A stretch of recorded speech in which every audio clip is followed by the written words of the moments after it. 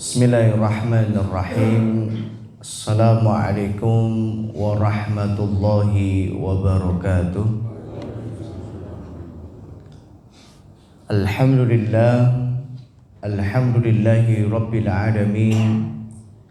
Wassalatu wassalamu ala ashrafil anbiya'i wal mursalin, nabiyyina wa sayyidina Muhammadin wa ala alihi wa ashabihi ajma'in. Allahumma anfa'na bima 'allamtana wa 'allimna ma yanfa'una wa zidna 'ilman. Allahumma inna nas'aluka 'ilman nafi'an wa rizqan thayyiban wa 'amalan mutaqabbalan. Ibu-ibu, bapak-bapak, adik-adik, mas-mas, mbak-mbak, ikhwan wa akhwat fillah, seluruh jamaah kajian Ahad pagi, kajian kitab Minhajul Muslim, karya dari ulama besar Syekh Abu Bakar Al-Jazairi rahimahullah, yang kita bersyukur kepada Allah. Alhamdulillah, di pagi hari ini kita masih diberikan nikmat oleh Allah untuk bisa hidup di dunia ini. Kita bersyukur kepada Allah. Allah Subhanahu wa ta'ala masih berikan kita nikmat untuk berada di bulan yang mulia ini, di bulan Muharram ini, sehingga kita bisa memaksimalkan waktu-waktu kita, hari-hari kita, untuk kita memperbaiki ibadah dan amal saleh. Semoga Allah Subhanahu wa ta'ala menerima setiap ibadah dan amal saleh kita, serta mengampuni segala khilaf dan kesalahan kita. Amin ya rabbal alamin. Jamaah rahimani wa rahimakumullah. Alhamdulillah, pada pagi hari ini kita dapat melanjutkan kembali kajian kita, yang mana pada pertemuan yang terakhir, pertemuan yang lalu, ya, alhamdulillah kita telah mengkaji dalil-dalil sebagaimana yang telah kita sebutkan, jelaskan di awal kajian kitab Minhajul Muslim, bahwa di antara keistimewaan kitab ini, Syekh Abu Bakar Al-Jazairi rahimahullah, beliau menjelaskan dalilnya terbagi menjadi dua macam, yaitu dalil naqli dan dalil akli. Dalil naqli adalah dalil yang bersumber dari Al-Quran dan As-Sunnah, maupun bersumber dari kitab yang lain, sebagaimana yang kemarin ya, kita mengkaji pasal yang ke-9, keimanan kepada Nabi. Kita mengkaji tentang dalil-dalil yang bersumber dari kitab Taurat dan Injil, itu termasuk dalil naqli. Nah, pada pagi hari ini kita akan masuk dalil yang kedua, yaitu dalil akli, yaitu dalil yang bisa diterima oleh akal atau secara rasional. Jamaah rahimani wa rahimakumullah, sebelum kita mulai, mari kita awali dan buka kajian kita pada pagi hari ini ya, dengan kita membaca basmalah, bismillahirrahmanirrahim. Kita berdoa memohon kepada Allah, semoga apa yang kita kaji, apa yang kita pelajari menjadi ilmu yang manfaat, ilmu yang barokah untuk diri kita, untuk keluarga kita, dan untuk seluruh kaum muslimin. Amin ya rabbal alamin. Jamaah rahimani wa rahimakumullah, ya, bahwa kita bisa dibuka halaman 59 ya, tentang dalil-dalil akli ya. Di antara dalil yang pertama ya, tidak ada penghalang baik secara nalar maupun syar'i ya tentang kebenaran kerasulan Nabi sallallahu alaihi wasallam. Jadi tidak ada seorang pun yang bisa mengingkari dan kenabiannya kepada seluruh umat manusia. Dan ini sudah dibenarkan di dalam kitab-kitab yang kemarin sudah kita kaji ya, dalam kitab Al-Quran ya, dalam kitab Taurat dan kitab Injil ya, bahwasanya benar akan datang ya, Nabi Muhammad SAW, dan beliau adalah seorang nabi dan rasul, membawa risalah syariat Islam. Sehingga dengan kedatangannya ya, tidak ada seorang pun yang bisa menolak dan kebenaran-kebenaran risalah kenabian yang dibawa oleh Nabi Shallallahu Alaihi Wasallam. Kemudian yang kedua, kondisi yang menyelimuti kerasulan Nabi sangat menuntun adanya suatu risalah samawi atau risalah dari langit. Jadi kondisi saat itu, ya, di mana yang kita ketahui bahwasanya orang Arab, ya, sampai terkenal dengan istilah Arab jahiliyah, ya, saking hancurnya, rusaknya moral, ya, kehidupan, ya, rusaknya, ya, orang di mana mereka beribadah kepada selain Allah, maka Allah Subhanahu wa taala mengutus Nabi Muhammad sallallahu alaihi wasallam. Dan seorang rasul yang memperbaharui kembali ajaran tauhid. Karena apa? Kenapa dimaksud dengan memperbaharui? Karena ajaran yang dibawa sejak zaman Nabi Adam alaihi salatu wassalam, ya, sampai zaman Nabi Muhammad, semuanya adalah intinya bertauhid kepada Allah. Jadi dakwah para nabi dan rasul muaranya adalah kepada satu tujuan, yaitu mentauhidkan Allah, menjadikan Allah wahidul ahad, satu-satunya yang disembah, satu-satunya yang dimintai pertolongan. Iyyaka na'budu wa iyyaka nasta'in. Jadi seluruh para nabi dan rasul muara dakwahnya hanya satu, tujuan dakwahnya hanya satu, yaitu mengajak manusia untuk beribadah kepada Allah dan tidak beribadah kepada selain Allah. Maka ketika di zaman Nabi Shallallahu Alaihi Wasallam belum lahir, ya, belum diangkat menjadi rasul, saat itu banyak umat manusia yang menyembah kepada selain Allah, ya, menyembah kepada patung-patung dan berhala-berhala. Bahkan disebutkan dalam athar, dalam riwayat-riwayat, ya, berhala yang ada di sekitar Ka'bah itu jumlahnya ratusan. Jadi ada ratusan berhala yang ada di sekitar Ka'bah, dan seluruh berhala ini disembah, dimintai, ya, dimohonkan kepadanya sesuatu, dan ini adalah kesyirikan. Sehingga Allah Subhanahu wa taala mengutus Nabi Muhammad SAW menjadi nabi dan rasul untuk membenahi kondisi yang semacam ini. Dan itu tidak ada yang bisa menyangkal bahwa benar, ya, apa yang dibawa oleh Nabi SAW adalah untuk kebaikan atau memperbaiki kondisi umat. Maka menuntun adanya risalah Islam, ya, risalah kenabian. Dan seorang rasul yang memperbaharui kembali ajaran tauhid bagi segenap umat manusia, mengenalkan kepada mereka pencipta mereka. Jadi mengenalkan kepada umat manusia tentang Allah Subhanahu wa taala. Maka sampai ada istilah kalau di kita, tak kenal maka tak sayang, gitu kan. Orang kalau nggak kenal maka tidak bisa mewujudkan bukti cintanya. Karena untuk mengenal Allah Subhanahu wa taala, ya, maka kita harus ngaji, ya, kita harus belajar agar kita bisa semakin mengenal Allah. Sehingga ketika kita bisa mengenal Allah, maka kita benar-benar bisa mencintai Allah. Kita mengetahui kemahakuasaan Allah, ya. Allah yang Maha Rahman, yang Maha Rahim, yang Maha Razzaq, yang Maha Wahhab, ya, yang Maha atas segalanya. Sehingga seorang hamba ketika mengetahui tentang kekuasaan Allah, maka dia akan benar-benar cinta kepada Allah Subhanahu wa ta'ala. Jamaah rahimani wa rahimakumullah. Kemudian dalil yang ketiga di antara kebenaran risalah dakwah kenabian Nabi, risalah Islam, ya, bahwa Islam tersebar luas dengan cepat di segala penjuru dunia. Ya, Islam tersebar secara cepat, ya, di seluruh penjuru dunia.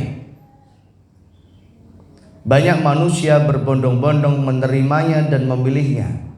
Sebagaimana surat Idza jaa nasrullahi wal fath wa ra'aitan nasa yadkhuluna fi dinillahi afwaja.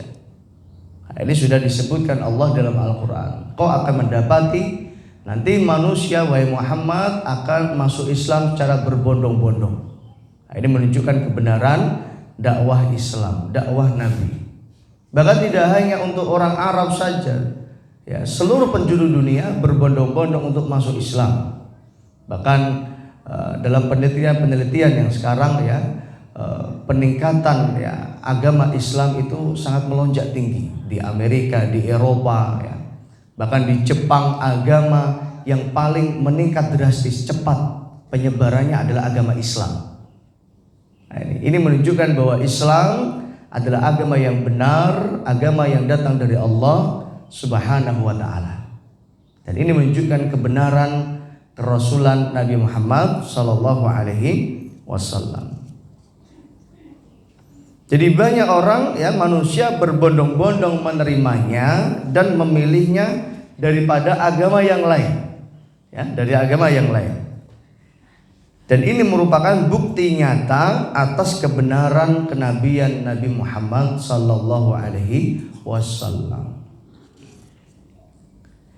Kemudian yang keempat, prinsip-prinsip ajaran yang dibawa dan diajarkan oleh Nabi itu sahih atau benar dan sangat sesuai dengan segala tempat dan waktu. Jadi Islam ya dimanapun kapapun ya, ajaran Islam selalu mendatangkan maslahat, selalu membawa solusi sehingga mudah untuk diterima ya, dan sangat sesuai dengan segala tempat dan waktu sebagaimana yang disebutkan ya oleh para ulama, al-Islam yasluhu kulla zaman wal makan. Jadi syariat Islam itu sesuai atau cocok kulla zaman wa kulla makan, setiap waktu dan setiap tempat. Sehingga tidak akan bisa, ya, tidak akan mungkin Islam tidak bisa dipraktekkan, ya, tidak akan bisa, tidak mungkin Islam tidak bisa dipraktekkan. Di Indonesia Islam bisa dipraktekkan, di Eropa, di Afrika, di Australia, ya, di seluruh benua, ya, di seluruh penjuru dunia ini Islam sangat mudah untuk diamalkan. Ya, bahkan kalau kita bandingkan ya, agama-agama, ya, jadi kalau dalam dunia kampus itu ada perbandingan agama, ada perbandingan mazhab. Nah, di sini kita bisa membandingkan agama yang satu dengan agama yang lain. Dan agama yang paling simpel, agama yang paling mudah untuk dipelajari, untuk difahami dan diamalkan adalah agama Islam. Nah, sehingga ini menjadikan banyak umat manusia yang mudah untuk mengenal Islam karena Islam ya sangat cocok atau relevan ya di sepanjang zaman dan sepanjang waktu atau tempat. Ia telah membuahkan hasil karya yang sangat baik dan menonjol sekali. Jadi apapun jika tersentuh dengan syariat Islam maka akan memberikan sesuatu yang indah, sesuatu yang baik. Ketika seorang dia memiliki akhlak seorang muslim, maka dia akan menjadi seorang manusia yang baik ya. Seorang pemimpin jika dia memiliki akhlak yang baik, akhlak yang diajarkan Islam, maka dia akan menjadi pemimpin yang baik. Seorang istri jika ia memiliki sifat perangai sebagaimana wanita muslimah yang diajarkan dalam Islam, maka akan menjadi seorang istri yang baik. Anak yang dia menjadi anak yang sesuai dengan perintah Allah, perintah Islam, maka dia akan menjadi anak yang baik. Apapun yang melekat pada dirinya tentang Islam, maka akan menonjol nampak pada dirinya kebaikan-kebaikan. Nah, seperti itu. Maka membuahkan hasil yang sangat baik dan menonjol sekali. Ini membuktikan bahwa ajaran ini berasal dari Allah. Dan orang yang membawa dan mengajarkannya adalah utusan atau Rasul Allah Subhanahu wa taala. Nah, ini menunjukkan juga benar tentang risalah kenabian Nabi Muhammad sallallahu alaihi wasallam. Kalau Nabi salah dakwahnya, maka enggak akan mudah untuk diterima, maka enggak akan mudah untuk dipelajari.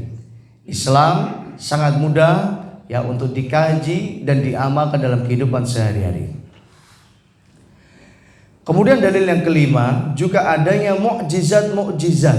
Nah, nanti pada mulai pagi hari ini kita akan banyak ya mengkaji ya, mempelajari bersama tentang banyaknya mukjizat Nabi Shallallahu Alaihi Wasallam. Jadi adanya mukjizat yang diberikan kepada beliau, kepada Nabi Muhammad, di mana akal menolak kalau hal seperti itu keluar dan berasal dari selain Nabi dan Rasul. Nah, ini Bapak Ibu jamaah rahimani wa rahimakumullah, di antara keistimewaan yang Allah berikan kepada Nabi dan Rasul, ya, bahwa Allah Subhanahu wa taala memberikan mukjizat kepadanya. Dan ini adalah di antara bukti kebenaran kerasulan Nabi Muhammad SAW. Seluruh para nabi diberikan Allah mukjizat. Untuk apa? Menunjukkan kepada umatnya bahwa beliau adalah benar-benar utusan Allah Subhanahu wa taala. Nah, ini menunjukkan, meyakinkan kepada umatnya bahwa beliau adalah benar-benar utusan Allah Subhanahu wa taala. Apa yang dibawa adalah kebenaran. Karena ada kala sebagian orang yang tidak mau beriman kecuali melihat tanda mukjizat kenabian ini. Nah, seperti itu. Sehingga Nabi Shallallahu Alaihi Wasallam pun beliau memiliki mukjizat. Dan siapa yang melihat mukjizatnya Nabi Shallallahu Alaihi Wasallam, ya saat itu atau saat sekarang tidak akan bisa membantah tentang kebenaran kerasulan yang dibawa oleh Nabi Muhammad Shallallahu Alaihi Wasallam. Kemudian Syekh Abu Bakar Al-Jazairi rahimahullah, beliau mengatakan berikut ini sebagian mukjizat yang diberikan kepada beliau, ya, sebagaimana diungkapkan oleh hadis-hadis sahih yang mendekati derajat mutawatir. Nah, derajat mutawatir ini adalah hadis yang silsilah sanadnya, ya, langsung tersambung sampai Nabi Shallallahu Alaihi Wasallam. Ini namanya hadis mutawatir. Ya. Jadi silsilah sanadnya, ya, menyambung sampai ke Nabi Shallallahu Alaihi Wasallam. Dan tidak akan mendustakannya kecuali orang yang lemah akal pikirannya atau tidak berakal sama sekali. Artinya orang kalau melihat mukjizat ini pasti mengakui tentang kebenarannya, tidak bisa menyangkal. Ya, dalam kitab Minhajul Muslim ini nanti disebutkan ada, ya, 12 mukjizat Nabi Shallallahu Alaihi Wasallam. Dan ini beliau mengatakan, ya, sebagian mukjizat, artinya masih banyak mukjizat yang lain. Tapi dalam kitab ini beliau mencukupkan dengan 12 mukjizat. Apa saja Bapak Ibu? Di antara mukjizat yang pertama, terbelahnya bulan menjadi 2 bagian. Nah, ini yang kita sudah masyhur, ya, yang kita pernah mendengar, ya, bahwa bulan pernah terbelah. Dan ini adalah di antara mukjizat Nabi Sallallahu Alaihi Wasallam. Ketika Al-Walid bin Al-Mughirah, bin Al-Mughirah, saat itu adalah kafir Quraisy, ya, salah satu orang yang menentang keras dakwah Nabi. Ya, di mana-mana Nabi itu punya apa? Punya penghalang dakwah, ada penentang keras. Jadi gembong-gembong atau orang-orang yang istilahnya memimpin untuk menentang dakwah Nabi Sallallahu Alaihi Wasallam. Ini termasuk sekutunya, ya, teman-temannya Abu Jahal, Abu Lahab. Namanya Walid bin Al-Mughirah.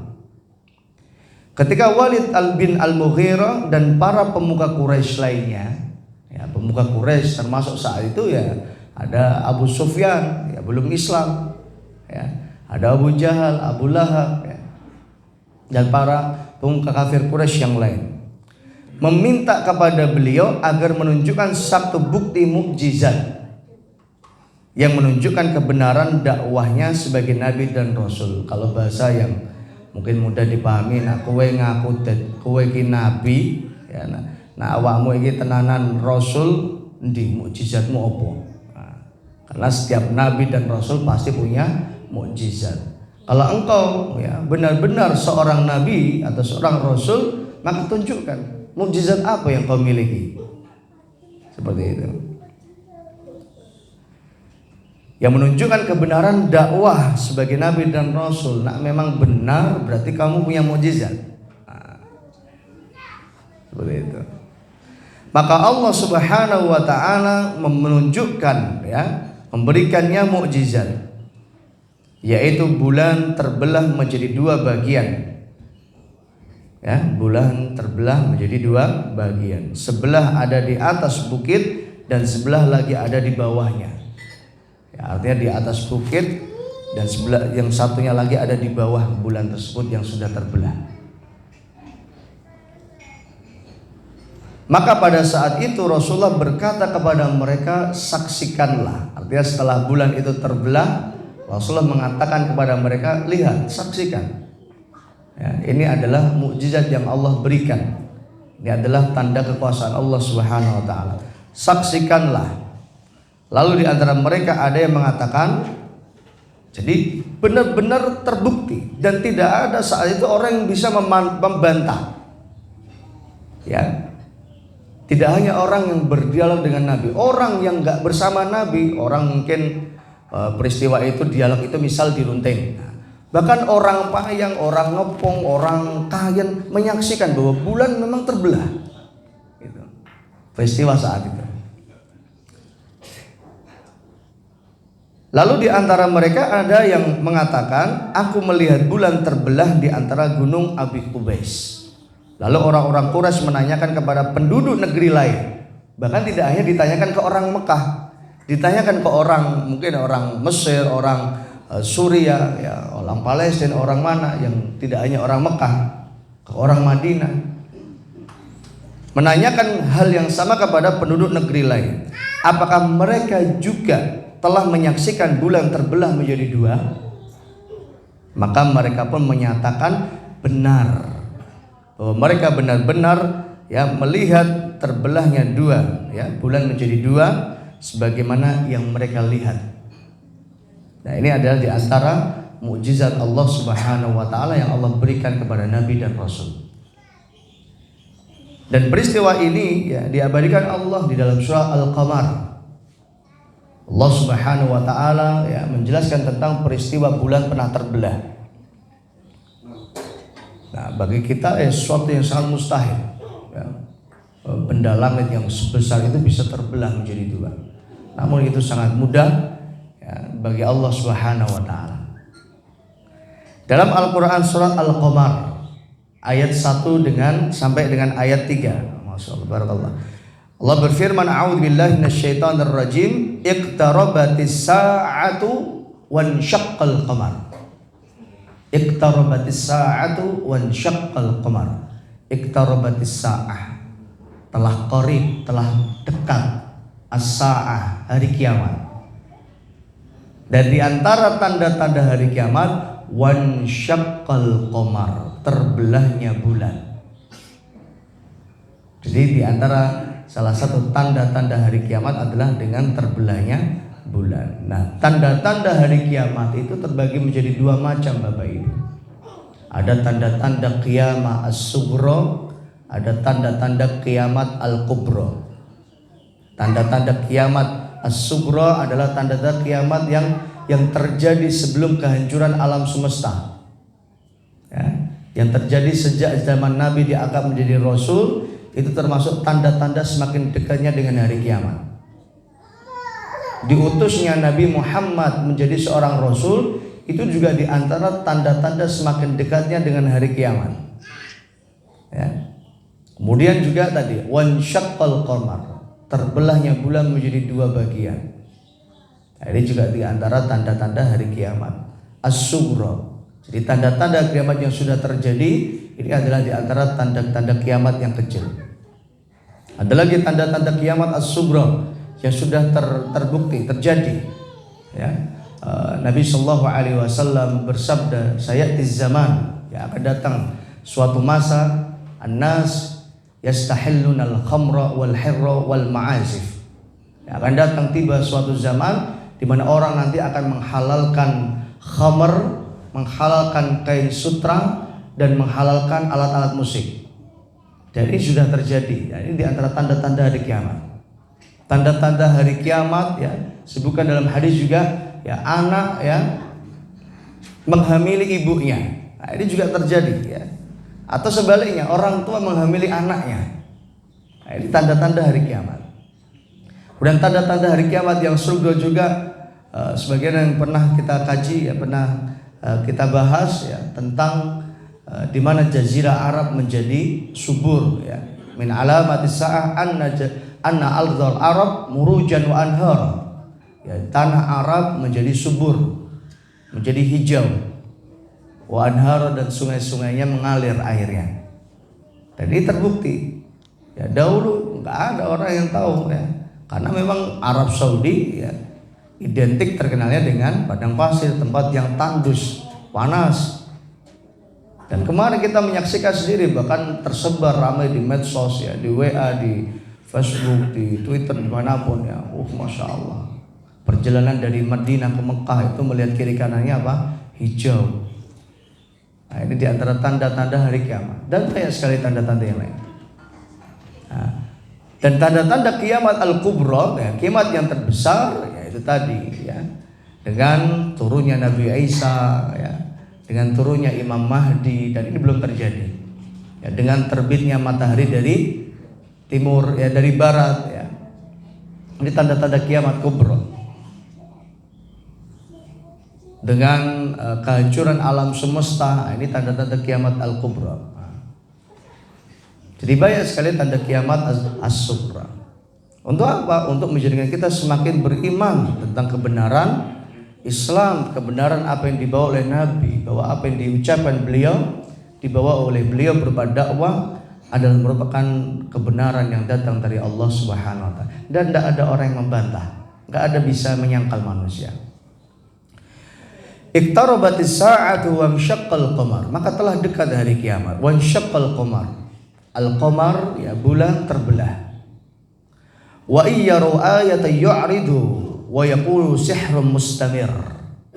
Sekalipun ya orang-orang ketika melihat ayat ini, tanda kekuasaan ini, yu'ridu, mereka menolak. Ya, mereka menolak, tidak mengakui kebenaran. Ya, tidak mengakui kebenaran. Wa yaqulu sihrun mustamir, dan mereka mengatakan ini sihir. Baik, diakali ya, diakali Muhammad, disihir kowe. Eto-eto wae kaya apa terbelah, aslinya ora terbelah. Nah, itu ibarat bahasa yang lain seperti itu.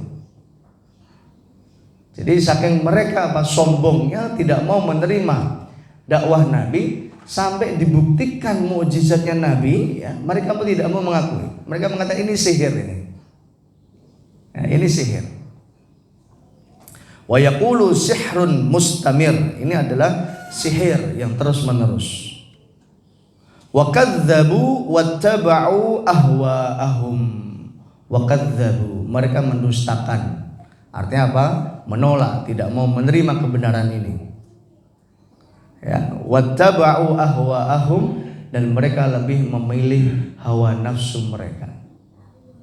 Itu peristiwa ini terjadi 1400 tahun yang lalu. Jadi sekarang 1445 tahun. Terjadi 1400 tahun yang lalu. Secara hadis ya, secara riwayat, secara sejarah terbukti. Dan sekarang sudah dibuktikan secara ilmu astronomi. Artinya apa? Secara ilmiah juga sudah terbukti bahwa bulan benar-benar pernah terbelah. Jadi para ilmuwan ya, antariksa ya, luar angkasa, yaitu memotret, melihat ya, mengamati kondisi bulan, dan memang benar-benar bulan ini pernah terbelah. Jadi jelas terlihat ya bagaimana bulan ini terbelah. Ada bekas dari belahnya tersebut. Ini menunjukkan bahwa benarnya peristiwa yang terjadi 1400 tahun yang lalu. Benarnya peristiwa atau benarnya mukjizat yang dibawa oleh Nabi Muhammad SAW.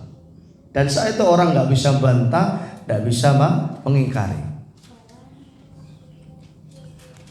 Jadi orang punya kelebihan ya, orang punya keistimewaan saja kadangkala dikultuskan ya, dianggap orang yang kondang ya. Maka Nabi Shallallahu Alaihi Wasallam yang memiliki banyak mukjizat harusnya kita langsung percaya, langsung mengimani seperti itu. Ini yang pertama. Jadi tanda mukjizat kenabian beliau yang pertama yaitu dengan terbelahnya bulan saat itu. Kemudian yang kedua, pada perang Uhud, ini di antara mukjizat keistimewaan yang Allah berikan kepada Nabi. Iki ora iso dicontoh, wong jenenge mukjizat. Pada perang Uhud, mata sahabat Qatadah, Abu Qatadah radhiyallahu taala anhu ya, terkena senjata musuh hingga tercongkel dan bergelantungan pada pipinya. Jadi sampai matanya keluar. Ya. Matanya sampai apa? Keluar. Matanya sahabat Abu Qatadah. Maka Rasulullah mengembalikannya sebagaimana sedia kala, bahkan lebih baik dari sebelumnya. Maka dikembalikan itu mata yang sudah keluar, yang tercongkel ya oleh Nabi. Nah, ini nggak bisa ditiru ini ya. Oke, ada orang matanya keluar terus langsung dimasukkan. Nah, ini secara medis memang susah untuk diterima ya. Tapi ini adalah mukjizat yang Allah berikan kepada Nabi Muhammad SAW. Sebagaimana mukjizat yang telah diberikan kepada nabi-nabi sebelumnya, bisa menghidupkan orang yang mati ya kan? Nabi Isa alaihissalam menyembuhkan orang yang buta. Ini juga mukjizat yang Allah berikan kepada Nabi. Jadi sahabat saat itu perang di Uhud, ya kemudian sampai matanya keluar, ya tercongkel, maka dikembalikan mata itu oleh Nabi SAW dan kembali pulih dan bahkan lebih baik dari sebelumnya. Dan saat itu ya tidak ada sahabat yang mengingkari. Saat itu tidak ada orang Mekah yang mengingkari tentang kebenaran peristiwa itu. Baik orang yang Islam maupun orang yang kafir, semuanya menyaksikan peristiwa itu. Ini menunjukkan kebenaran ya, bahwa beliau adalah benar-benar seorang nabi yang diberikan mukjizat oleh Allah Subhanahu wa taala. Kemudian mukjizat yang ketiga, kedua matanya sahabat Ali bin Abi Thalib saat itu sakit. Jadi Ali bin Abi Thalib pernah sakit matanya pada peristiwa perang Khaybar. Wallahu a'lam sakitnya seperti apa tidak disebutkan oleh beliau ya. Intinya sakit yang mungkin tidak ada orang yang bisa menyembuhkan, artinya tidak ada yang bisa menyembuhkan. Lalu Rasulullah Shallallahu Alaihi Wasallam menyemburnya dengan ludahnya, ya. Maka keduanya sembuh total seperti sedia kala. Nah, ini kadang sebagian orang ini ditiru-tiru, ya, mata loro kayak itu basin, gitu. Benar ya? Padahal ini mukjizat Nabi, ya, nggak bisa ditiru mukjizat itu. Ya, kayak itu basin, wae ya, gitu. Di itu nih. Ya. Nah, ini wallahu a'lam mungkin asal usulnya ya meniru, mendengar tentang mukjizat Nabi ini kemudian ditiru. Nah, itu. Nah, ini menunjukkan kebenaran mukjizat Nabi Sallallahu Alaihi Wasallam. Jadi Ali saat itu sakit mata, ya matanya sakit, kemudian Nabi meludahi matanya Ali dengan air liurnya tadi diusapkan, kemudian menjadikan sakit itu sembuh. Nah, ini diantara keistimewaan mukjizat Nabi Sallallahu Alaihi Wasallam. Ya iso ditiru dan ojo ditiru. Ya karena secara medis memang bahkan dokter juga pasti menolak ini nggak bisa kayak gini. Tapi itu mukjizat Nabi dan terjadi. Kemudian yang keempat dalam peristiwa perang Badar. Perang Badar adalah perang pertama ya umat Islam melawan orang kafir. Ya. Kaki Ibnul Hakam, ada sahabat yang bernama Ibnul Hakam. Ini sahabat yang ikut di medan perang Badar. Kakinya patah saat itu. Lalu Rasulullah Shallallahu Alaihi Wasallam menyemburnya dengan ludah beliau. Bahasa kita diidoni, ya, dikasih itu. Maka saat itu juga kakinya sembuh. Ya, lagi diidoni itu langsung sembuh. Dan ia tidak merasakan sakit sama sekali. Nah, ini masya Allah. Ini diantara mukjizat Nabi. Tapi orang iso ditiru. Bal-balan, ya kakinya patah kok langsung itu nih ya, tidak bisa. Karena ini mukjizat Nabi. Kemudian yang kelima, berbicaranya pohon kepada Rasulullah. Nah, ini pohon suatu saat dalam riwayat bisa berbicara kepada Nabi. Seseorang Badui mendekat kepada beliau, maka Rasulullah berkata kepadanya, "Hai Badui, mau kemana?" Ia menjawab, "Saya mau pulang ke keluargaku." Kemudian beliau bertanya, "Apakah kamu mau menuju kebaikan? Apakah kamu mau menuju kebaikan?" Ia menjawab, "Apa itu ya Rasulullah?" Maka Rasulullah mengatakan, "Engkau bersaksi bahwasanya tiada Tuhan selain Allah." Artinya orang Badui diajak beragama Islam, diajak syahadat. "Engkau bersaksi tiada Tuhan yang berhak disembah kecuali Allah dan tiada sekutu baginya, dan bahwasanya Muhammad adalah hamba dan rasulnya." Diajak untuk apa? Bersyahadat. Lalu si Badui itu berkata, "Siapa yang memberi kesaksian untukmu terhadap apa yang kau katakan itu?" Sopo sing nyekseni iki sopo? Sing menjadi saksi dialog kita ini nanti siapa yang bisa menyaksikan gitu? Siapa yang memberikan kesaksian? Lalu Rasulullah bersabda, pohon ini yang nanti akan memberikan persaksian. Sambil menunjuk kepada satu pohon yang ada di tepi lembah. Lalu pohon itu bergeser hingga berdiri tegak di hadapan orang Badui itu. Ini suatu yang ajaib, mustahil ya. Tidaklah diberikan kepada seorang nabi. Ini mujizat. Tiba-tiba pohon itu bisa bergeser, berpindah tempat. Ya. Karena ibarat saiki ono wet obah ngono wis bingung ya. Waket wiwun gendrone akeh mungkin ya. Baru pohon apa goyang. Apalagi pohon itu bisa pindah. Ya. Maka pohon ini ya sampai setelah ditunjuk Nabi ya, pohon itu bergeser hingga berdiri tegak di hadapan orang Badui itu. Berdiri tegak di hadapan orang Badui. Kemudian si Badui meminta kepada pohon itu untuk memberikan kesaksian sebanyak 3 kali. Dan pohon itu pun memberikan kesaksian. Jadi diminta untuk menyaksikan ya, tentang keislamannya. Sebagaimana dituturkan oleh Rasulullah SAW. Dan peristiwa ini ada di dalam hadis Nabi. Jadi dalam riwayat-riwayatnya disebutkan seperti itu. Jadi pohon itu memberikan persaksian ya bahwa orang ini telah bersyahadat. Nah, ini adalah keistimewaan mukjizat dari Nabi SAW. Dan juga kisah yang masyhur ya, yang keenam, rintihan atau tangisan pohon kurma kepada beliau hingga didengar oleh semua yang ada di dalam masjid. Ya, jadi apa? Hampir seluruh isi masjid ya, semuanya ya, yang ada di masjid itu mendengar rintihan tangisan pohon. Tidak hanya Nabi, tapi semuanya menyaksikan. Hal itu terjadi setelah beliau meninggalkannya, di mana sebelumnya beliau berkhutbah dengan bersandar kepadanya sebagai mimbar. Dan ketika telah dibuat mimbar khusus bagi beliau, beliau tidak memakai pohon itu lagi sebagai mimbar.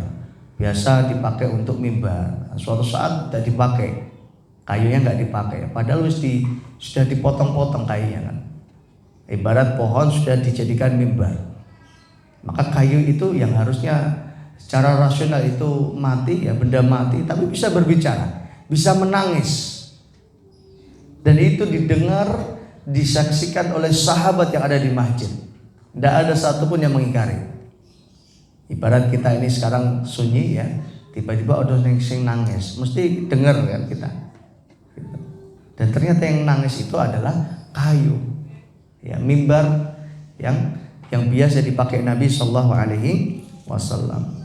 Maka pohon itu pun menangis karena sayang dan rindu kepada Rasulullah. Ya. Suara tangisan pohon itu terdengar seperti leguhan unta yang sedang hamil 10 bulan. Leguhan artinya ya unta yang dalam kondisi hamil atau seperti seorang wanita yang hamil merasakan kesakitan seperti itu. Pohon itu tidak berhenti menangis sampai Rasulullah mendatanginya, lalu meletakkan tangannya yang mulia padanya, maka pohon itu diam. Jadi nangis terus pohonnya. Ibarat saya kira ono wet nangis terus kan malah gempar gitu ya, ramai. Nangis terus pohonnya saat, dan sahabat semuanya menyaksikan pohon ini nangis terus. Maka apa? Rasulullah Shallallahu Alaihi Wasallam mendatangi, dipegang sama Nabi, lalu pohon itu diam. Nah, ini diantara mukjizat Nabi Shallallahu Alaihi Wasallam. Maka harusnya orang yang melihat menyaksikan, termasuk orang-orang kafir ya, yang mendengar cerita ini atau mukjizat ini harusnya membenarkan kenabian Nabi. Cuma karena sombong ya, angkuh, maka mereka menolak kebenaran yang dibawa oleh Nabi Sallallahu Alaihi Wasallam. Maka sampai Nabi mengatakan ya, la yadkhulul jannata man kana fi qalbihi mithqala dzarratin min kibrin. Tidak akan masuk surga orang yang hatinya, di dalam hatinya ada kesombongan sebesar dzarrah. Dzarrah ini sesuatu yang wallahu a'lam ya, yang kita nggak tahu ukuran pastinya. Kalau orang Indonesia menerjemahkan dzarrah ini biji sawi, karena saat itu memang ilmu yang sampai sesuatu yang kecil ya biji sawi ya, ibaratnya seperti itu. Tapi dzarrah ini sesuatu yang kecil yang mungkin nggak bisa diukur, mungkin bahkan mungkin atom itulah dzarrah. Wallahu a'lam. Sebelum orang mengenal atom tentunya. Sekarang orang mengenal atom, mungkin dzarrah itu adalah atom, sesuatu yang kecil, yang mungkin sesuatu yang nggak nampak. Siapa yang di hatinya ada kesombongan ya, sekecil dzarrah, tidak akan masuk surga. Kemudian Nabi ditanya, wa mal kibr ya Rasul, apa itu sombong? Nabi menjawab, al kibru batarul haqqi wa ghamtun nas. Sombong itu adalah menolak kebenaran. Jadi harus ngerti benar tapi mau ngelakoni. Sudah tahu benar tidak mau mengamalkan, tidak mau menerima. Sudah tahu ini benar-benar, ya ini sebuah kebenaran, tapi apa? Enggak, ditolak. Termasuk orang-orang yang tidak mau, yang menerima kebenaran, tidak mau diajak benar, tidak mau dinasihati, tidak mau diajak untuk melakukan kebaikan-kebaikan. Ini adalah ciri-ciri orang yang tidak akan masuk surga, kata Nabi. Kenapa? Karena ada kesombongan di dalam hatinya, yaitu menolak kebenaran, menolak untuk menjadi orang benar, tidak mau diajak kepada kebenaran. Ini yang pertama, batarul haqqi, menolak kebenaran. Yang kedua, wa ghamtun nas, meremehkan manusia. Yang ini yang sering kita pahami arti dari sombong. Mendele ya, takabur itu sombong ya, merasa hebat, merasa berkuasa, merasa punya otoritas penuh, merasa kaya, merasa kuat, merasa ini dan sebagainya. Ini memang sombong. Tapi bagian yang kedua, bagian yang pertama yang sering ya dilalaikan atau bahkan tidak banyak umat yang mengetahui, yaitu batarul haq. Orang menolak kebenaran, ini termasuk di antara ciri-ciri orang yang sombong. Nabi mengatakan tidak akan masuk surga orang ini. Sampai apa? Sampai kesombongannya, dosanya telah dibersihkan Allah Subhanahu wa ta'ala. Ya jamaah rahimani wa rahimakumullah. Maka orang yang melihat kemukjizat-mukjizat ini harusnya menerima, oh ini benar. Kemudian di antara mukjizat yang ketujuh, doa Rasulullah untuk kerajaan Kisra, ya kerajaan Kisra ya, itu Persia. Tidak lama kemudian kerajaannya runtuh. Jadi Nabi pernah berdoa, mendoakan agar apa? Persia ini runtuh. Gak lama setelah doa Nabi itu benar terjadi keruntuhan keruntuhan kerajaan Persia. Padahal hanya dengan doa Nabi, ini di antara mukjizat Nabi. Kemudian juga dalam Al-Quran disebutkan ya, yang ini tidak ada di sini. Dalam Al-Quran Allah berfirman, a'udzubillahi minasyaitonirrajim. Ghulibatir Rum fi ba'di sinina wa hum sayaghlibun. Rum atau Romawi akan terkalahkan. Padahal saat itu Romawi itu sekondang-kondangnya negara. Ibarat sekarang ya Amerika, negara yang adidaya, anu musuhnya. Ya, tidak ada musuhnya. Tidak ada yang bisa mengalahkan Romawi saat itu. Tapi di dalam Al-Quran disebutkan ghulibatir Rum. Rum nanti akan terkalahkan oleh umat Islam. Ya, akan kalah dengan umat Islam. Padahal umat Islam saat itu minoritas, sedikit. Secara akal ya tidak bisa mengimani menerimanya. Mosok lah. Islam mereka ingin mosok iso ngalahke Romawi. Tapi itu telah disabdakan, telah difirmankan Allah dalam Al-Quran. Maka apa yang disampaikan Nabi pasti benar, dan apa yang ada dalam Al-Quran pasti benar. Ya, ghulibatir Rum, Romawi akan terkalahkan. Fi ba'di sinin, setelah beberapa tahun lagi. Wahum sayaglibun, dan mereka akan terkalahkan oleh umat Islam. Dan benar terjadi. Sebagaimana tadi Nabi berdoa, ya Nabi berdoa agar Persia hancur, Persia kalah, runtuh. Dan benar, setelah doanya Nabi tidak lama maka Persia dapat dikalahkan, dapat diruntuhkan. Nah, ini diantara kebenaran mukjizat Nabi. Kemudian yang ke-8, doa beliau untuk Ibnu Abbas, sahabat Ibnu Abbas radhiyallahu anhu, agar menjadi orang yang faqih dalam agama. Sahabat Abdullah bin Abbas ya terkenal dengan julukannya Turjumanul Quran, sahabat yang ahli dalam menafsirkan Al-Quran. Karena berkah doanya Nabi. Ya, Nabi SAW mengatakan, mendoakan sahabat Ibnu Abbas atau sahabat Abdullah bin Abbas, dengan beliau berdoa dengan doa yang masyhur, Allahumma faqihhu fid din wa 'allimhu ta'wil. Nah, ini enggak ada di kitab. Allahumma faqihhu fid din wa 'allimhu ta'wil. Ya Allah, jadikanlah Abdullah bin Abbas ini faqih dalam agama. Padahal saat itu Abdullah bin Abbas masih muda, ya, masih muda, ponakannya Nabi, ya, anak dari pamannya Nabi yang bernama Abbas bin Abdul Muttalib. Jadi Nabi punya paman namanya Abbas bin Abdul Muttalib. Maka Abbas ini punya anak namanya Abdullah. Nah, Abdullah ini doakan Nabi, Allahumma faqihhu fiddin. Belum jadi ulama besar, didoakan sama Nabi, Allahumma faqihhu fiddin. Ya Allah, jadikan Abbas bin Abdul Muttalib orang yang faqih dalam agama. Wa 'allimhu ta'wil, dan ajarkanlah kepadanya ya Allah at-ta'wil, untuk bisa menafsirkan Al-Quran. Nah, ini adalah doa dari Nabi Shallallahu Alaihi Wasallam untuk sahabat Abdullah bin Abbas. Dan benar apa yang didoakan Nabi tadi. Ketika Abbas tumbuh dewasa, maka ia menjadi sahabat yang menonjol dalam agamanya. Tidak hanya rajin ibadah, tapi apa? Memiliki ilmu agama yang benar, ilmu agama yang kuat. Maka termasuk sahabat yang masyhur, ya, termasuk Ibnu Katsir dalam menafsirkan Al-Quran, ya, beliau banyak menukil pendapat dari sahabat Abdullah bin Abbas radhiyallahu anhu. Artinya apa? Sahabat yang termasuk yang didengar ucapannya dalam menafsirkan Al-Quran.